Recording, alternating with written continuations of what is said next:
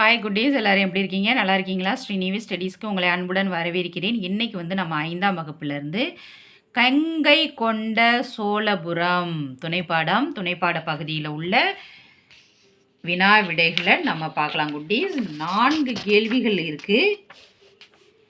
4 கேள்விகளுக்கும் வினா விடைகளை நம்ம பார்க்கலாம்.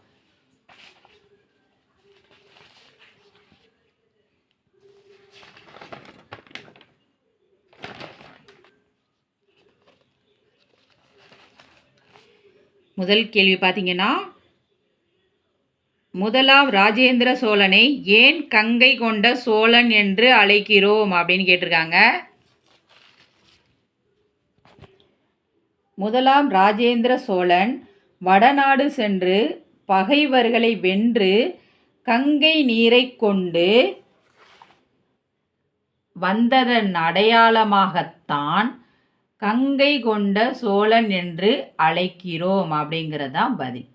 2வது கேள்வி பார்த்தீங்கன்னா, சிங்கமுக கிணறு குறிப்பு எழுதுக அப்படின்னு கேட்டிருக்காங்க. பதில் பார்க்கலாம்.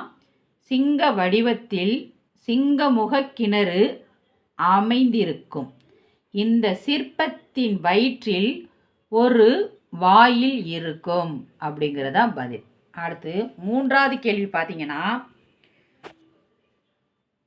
சோழகங்க பேரேரிக்கு நீர் எங்கிருந்து வருகிறது அப்படின்னு கேட்டிருக்காங்க.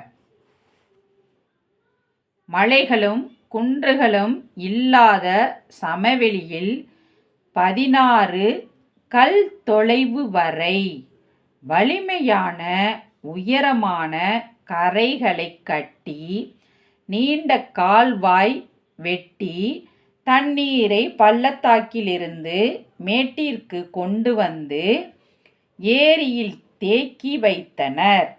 சோழ கங்க பேரேரி இன்று பொன்னேரி என்று அழைக்கப்படுகிறது அப்படின்ட்டு எழுதிருங்க. அடுத்து 4வது கேள்வி, கங்கை கொண்ட சோழபுரம் கோவிலுள்ள வாயில்களின் பெயர்களை கூறுக அப்படின்னு கேட்டிருக்காங்க. பதில் பார்க்கலாம். தெற்கு பக்க நுழைவாயில், வடக்கு பக்க நுழைவாயில். அவ்வளோதான் குட்டீஸ். கங்கை கொண்ட சோழபுரம்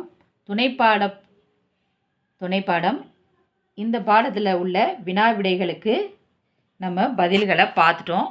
அவ்வளோதான் குட்டீஸ். இந்த வீடியோ உங்களுக்கு பிடிச்சிருந்தால் லைக் பண்ணுங்கள், ஷேர் பண்ணுங்கள், சப்ஸ்கிரைப் பண்ணுங்கள். பாய் குட்டீஸ்.